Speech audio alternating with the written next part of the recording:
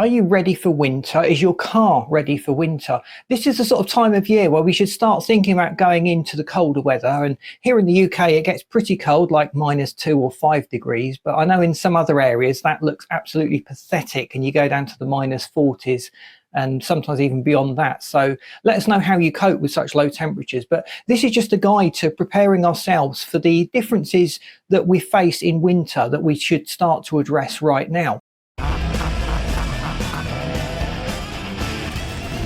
I don't know about you, but I don't like working on the car and checking it when it's freezing cold outside. And I always tend to leave this too late in the year. So generally, as the frost and the snow starts to come, that's the time I'm outside doing all the jobs that I should have done round about now, really, but I kept putting off, and then eventually the job just catches up with you. So the first thing to think about is the state of tyres on our car. So are they ready for winter? Do they have nice deep tread? So it's recommended that the tyres have about 3 mm of tread in winter, and that'll help to dispel the water and the other adverse conditions that you experience in winter. I know the legal minimum is 1.6 mm, but anything below 3 mm, approaching that 1.6 legal minimum, can be absolutely lethal when you're driving. You will actually notice the handling is seriously compromised when the tread depth gets low.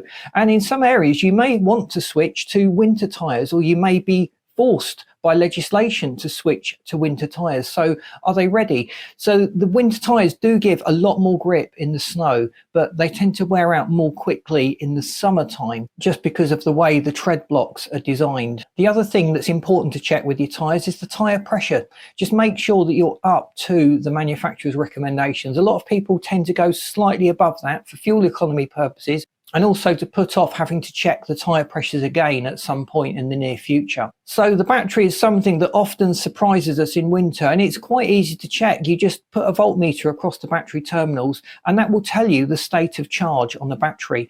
So the battery is going to do a lot more work in the winter. You're running a lot more electrical devices. The starter motor is going to be starting a cold engine, so there's a lot more drain on the battery that happens in winter time than in other times of the year. So if you notice that the voltage is starting to get low, it's really a good idea to just put that battery onto charge to top it up and just make sure that it's not going to let you down. Now, you need to bear in mind that your battery's capacity is going to drop as the temperature drops. So in some cases, you can lose about 20% of the capacity in the battery when the temperature outside drops.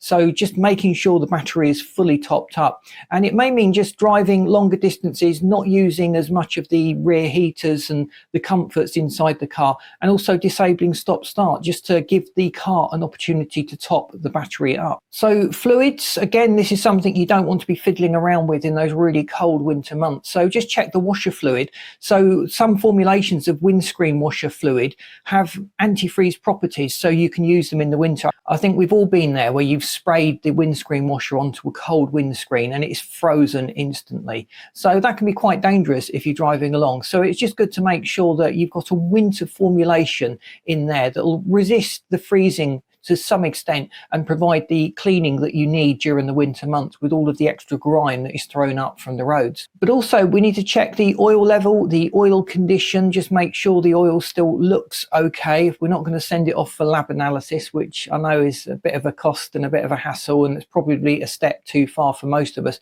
especially if we regularly change the oil in the engine. Make sure that the level is at the correct mark. And then we want to check the coolant, the antifreeze inside the engine. So just opening up the expansion bottle, you can dip in a little gravity tester that tests the specific gravity. That will tell you what temperatures this antifreeze is good for. So it may just need topping up a little bit. It may need a replenishment if the antifreeze properties has tailed off over the years. And it's definitely worth testing the brake fluid level as well, just to make sure there is sufficient brake fluid in there. It will drop as the pads wear.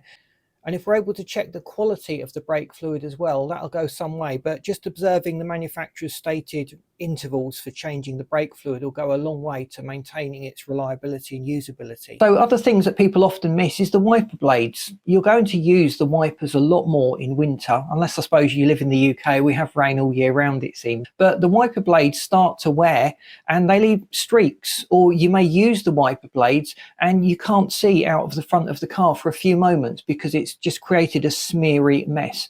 So running a cloth over the wiper blades can actually remove a lot of the grime and a lot of the imperfections that cause a lot of that smearing. But if those wiper blades are worn, it's a good opportunity to just replace them. It is a 5-minute job. I'll do a video on replacing wiper blades when mine are due to be done, but it is a really simple DIY job. They don't cost very much money online, and that can just make your car much safer and make it easier to drive in those winter conditions where you have a lot more rain and the wipers are doing a lot more work. And overall, just check the car's heating systems. Make sure that the heaters and the air conditioning system is working correctly. If the air conditioning fails to come on, which it will do in extreme cold temperatures, it needs a certain differential in order to be able to work. So that's fairly normal. But if you notice that the air conditioning or the heating is not working as effectively, get that sorted before those winter months come, when you are really relying on that to demist the windows and just keep the climate inside the car tolerable. Test the car's lights and the electrical system. Just make sure the bulbs are all working. I see so many cars this time of year driving around with just one light or indicator's not working, and you get the manic flashing indicator on the back of the car. So these are simple checks that we can do, and it's something you don't want to be fixing when it is really cold. Just keep on top of that while the weather is tolerably good. Thinking about the exterior of the car, it'd be a good idea to just wash it, put a protective layer of wax or some protective coating. So the synthetic waxes that are very, very good, and I actually recommend these synthetic waxes on older cars. They do a better job at protecting the paintwork underneath them, and that'll just go some way to preventing all of the salts and the acids that build up in wintertime on our roads that get sprayed up onto the car itself, and all of that gunk can decay the bodywork quite quickly. So thinking now about driving in snowy conditions, it may be pretty bad in your area, so have a look at the options for snow chains, snow socks or other traction devices. Let us know what you found most effective in the comments. We don't, as I say, get very much snow over here, so your feedback in these extreme climates would be quite useful to us, so we can at least prepare ourselves for these colder winter months. It's also recommended that you keep your fuel tank topped up. Keep at least half a tank of fuel in there. So in winter time, sometimes the fuel supply is difficult. You don't always get fuel from the fuel stations in some areas, particularly remote areas. So that'll just make sure you've got a little bit of a buffer. And also it prevents condensation forming in the tank. The more fuel you have in the tank, the less space there is for condensation to form inside the tank. And that's something that happens in those colder winter months with the outside of the tank being particularly cold. Now also think about the hazards we're facing. Now snow and ice are fairly obvious hazards, but there's a much more lethal, less obvious one, and that's leaves on the road.